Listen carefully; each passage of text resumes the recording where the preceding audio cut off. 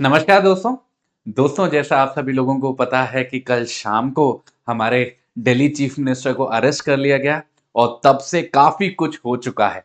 और उसी तरफ एक इवेंट हुआ है वेरी रिसेंटली कि हमारा जो ईडी है, एनफोर्समेंट डायरेक्टोरेट है, उसने केविएट फाइल कर दिया है सुप्रीम कोर्ट के अंदर। जैसा कि आप सभी लोगों को पता है कि हमारे चीफ मिनिस्टर साहब ने दिल्ली हाई कोर्ट के सामने गुहार लगाई थी कि उनको अरेस्ट के संबंध में प्रोटेक्शन दी जाए, जो हाई कोर्ट ने देने से मना कर दिया और परिणाम स्वरूप उनका कल अरेस्ट हो गया। अब उन्होंने सुप्रीम कोर्ट को अप्रोच किया है।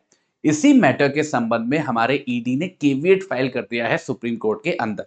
अब ये केविएट क्या होता है, वही मैं आपको समझाने के लिए आया हूं।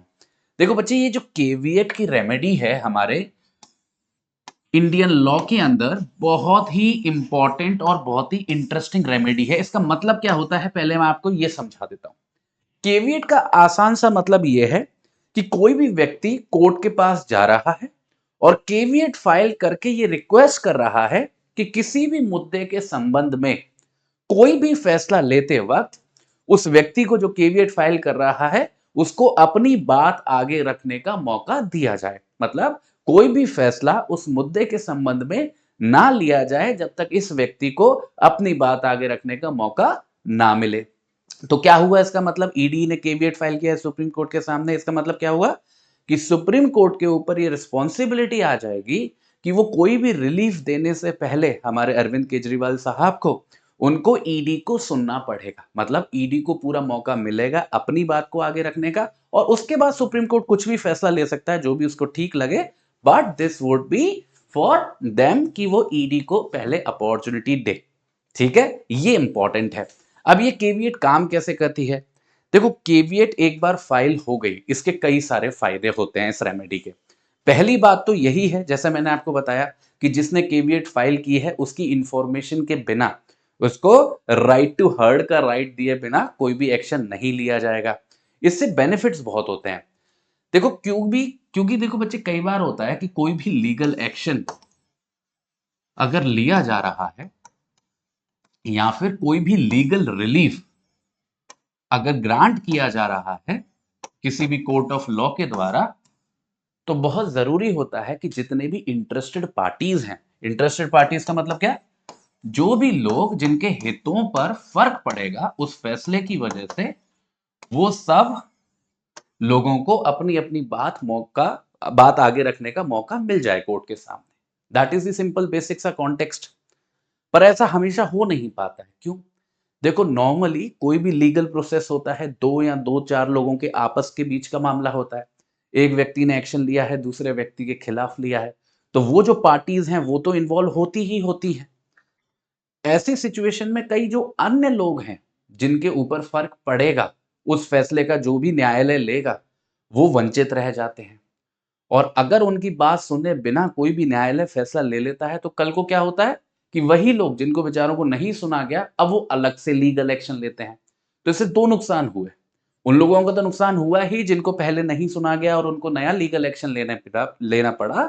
नुकसान राज्य का भी है, हमारे फंड्स भी वेस्ट हो रहे हैं क्योंकि एक अलग ऑल्टरनेटिव लीगल प्रोसीडिंग चलानी पड़ी उसी मुद्दे के बारे में। अगर उसी पहले वाले केस में फैसला देने से पहले कोर्ट ने बात सुन ली होती सभी इंटरेस्टेड लोगों की, तो नया केस फाइल ही नहीं होता। यही रीजन है ये जो केविएट का कॉन्सेप्ट आया है। अब देखो, कोर्ट के सामने जब भी कोई मुद्दा आता है, हम कोर्ट से ये तो एक्सपेक्ट नहीं कर सकते ना कि वो निकल जाएगा रोडों पे और ढूंढेगा कि कौन कौन इंटरेस्टेड पार्टी है। और जो लोग लीगल एक्शन ले रहे हैं कोर्ट के सामने, वो भी बड़े चालाक होते हैं। वो भी जानबूझ के कई बार कोर्ट्स को बताते नहीं है कि कौन कौन इंटरेस्टेड पार्टी है। वो भी चाहते हैं कि उनकी एब्सेंस में ही फायदा हो जाए।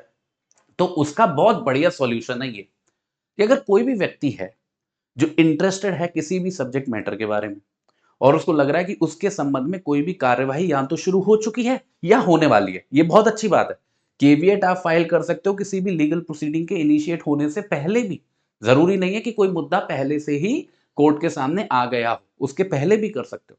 तो आपको लग रहा है कि कोई भी लीगल प्रोसेस शुरू हो सकता है किसी भी चीज के संबंध में जिसमें आप इंटरेस्टेड हो या हो चुका है, दोनों ही परिस्थिति में आप कोर्ट के सामने जाओगे और केविएट नाम से एक दरखास्त करोगे, रिक्वेस्ट करोगे कोर्ट के सामने कि अगर ऐसा कोई मुद्दा आपके सामने आए कल को, या फिर अगर आ गया है तो कोई भी फैसला मत सुनाइएगा जज साहब, जब तक आप मेरे को मौका ना दे दे अपनी बात को आगे रखने का।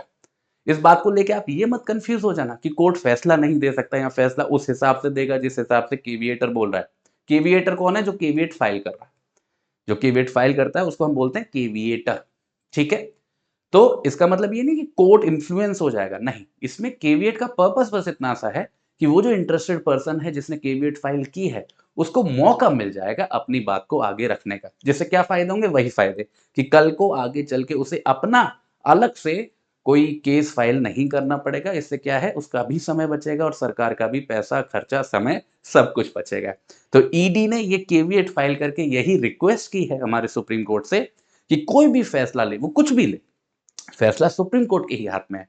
वो कुछ भी फैसला ले, रिलीफ दे या ना दे, वो ईडी को सुनने के बाद ही दे। ऐसा क्यों? क्योंकि ईडी ने ऑब्वियस सी बात है इंक्वायरी कंडक्ट की है, इन्वेस्टिगेशन कंडक्ट की है, तो उसके पास मटेरियल्स हैं जो सुप्रीम कोर्ट को हेल्प करेंगे फैसला लेने में, जो भी वो फैसला लेगा।